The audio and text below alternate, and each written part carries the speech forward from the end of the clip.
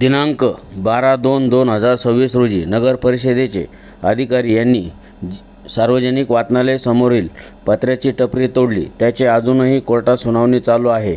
जिल्हा अधिकारी यांना देखील सूचना देण्यात आले होते. तरीही नगर परिषदांनी कोणतीही कल्पना व सूचना न देता डायरेक्ट JCP आणून टपरी तोडली. त्याबद्दल आम्ही योग्य ती कारवाई करणार आहोत, असे चंद्रकांत कर्डक यांनी पत्रकार मुलाखतीत सांगितले. संवाददाता शेख युसूफ, न्यूज 18 अहमदनगर दर्पण. शेवगाव जिल्हा अहिल्यानगर येथील सर्वे नंबर 5A आणि आत्ता झालेला गट नंबर 704 याच्यामध्ये आज रोजी चालू 7/12 उतार्यावर गटविकास अधिकारी पंचायत समिती यांचे नावे 97.50 क्षेत्र आहे, तर मगर कुटुंबियांच्या नावे 97.50 क्षेत्र. नजर चुकीने तलाठी यांच्याकडनं शेवगाव ग्रामपंचायतीचे नाव ऑनलाईन 7/12 उतार्यावर दाखल झाले होते. ते दिनांक 18/2/25ला रद्द करण्यात आले कलम 155 अंतर्गत. सदर गटाची मोजणी करावी, कारण सदर गटावर पंचायत समितीने अतिक्रमण केलेलं आहे, महात्मा सार्वजनिक वाचनालयाने अतिक्रमण केलेलं आहे, टपरीधारकाचं अतिक्रमण केलेलं आहे. तर ही मोजणी करावी म्हणून आम्ही 2001 पासून प्रयाग अच्युत मगर ज्या मालक आहेत त्या जागेच्या त्या अर्ज करत आहेत. सिटी सर्वेच्या रेकॉर्डला त्यांचं सिटी सर्वेला नाव नसल्यानं तत्कालीन भूमी अभिलेख अधिकाऱ्यांनी, अधीक्षक भूमी अभिलेख अधिकाऱ्यांनी त्यांना तुमचं सिटी सर्वेला नाव नाही म्हणून मोजणी करता येणार नाही.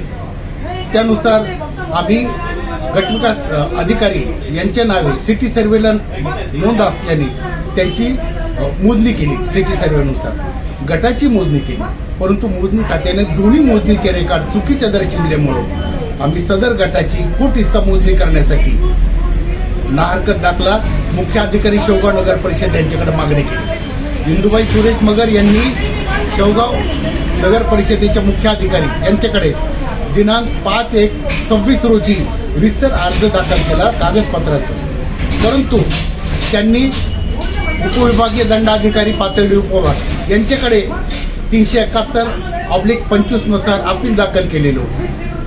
त्याचा निकाल 4/2/26ला लागला. त्याचं कारण देत तुम्हाला NOC देता येत नाही असं त्यांनी आम्हाला 5 तारखेला पत्र दिलं.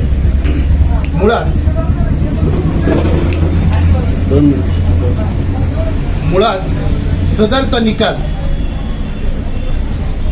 निकाल हा फेर नंबर 47/150 याचा दिनांक 21/7/25 असा चुकीचा दस्तऐवज तयार करून मान्य प्रांताधिकाऱ्याकडे दाखल केला. वास्तविक पाहता सदरचा फेर हा दिनांक 18/2/25चा आहे, परंतु तहसील कार्यालयातील काही कर्मचाऱ्यांनी बनावट फेर दाखल करून अपिलाला विलंब झाला नाही हे दर्शविण्यासाठी सदरचं अपील 10/9/25ला दाखल केलं. म्हणजे सदरचं अपील 60 दिवसाच्या मुदतीत दाखल झालंय हे दर्शविण्यासाठी. हा फार भयानक असा गुन्हा आहे. तरी याच्या संदर्भात आम्ही तक्रार केलेली आहे. आमची नगरपालिका प्रशासनाला एवढीच विनंती आहे की आपण या ठिकाणी नवीन आहात, ते राजकीय पुढारी कोणते पदाधिकारी तुम्हाला चुकीची माहिती देत असतील तर त्याच्यावर न जाता नियमानुसार जी आहे, एक तर त्यांनी आम्हाला NOC द्यावी मोजणीसाठी. मोजणी झाल्यानंतर त्यांचं ओपन स्पेस किती आहे, मगर कुटुंबियांची जागा किती आहे आणि ग्रामपंचायतचं नाव हे कसं त्या 7/12 उतारावर आलं हे त्यांनी दाखवून द्यावं.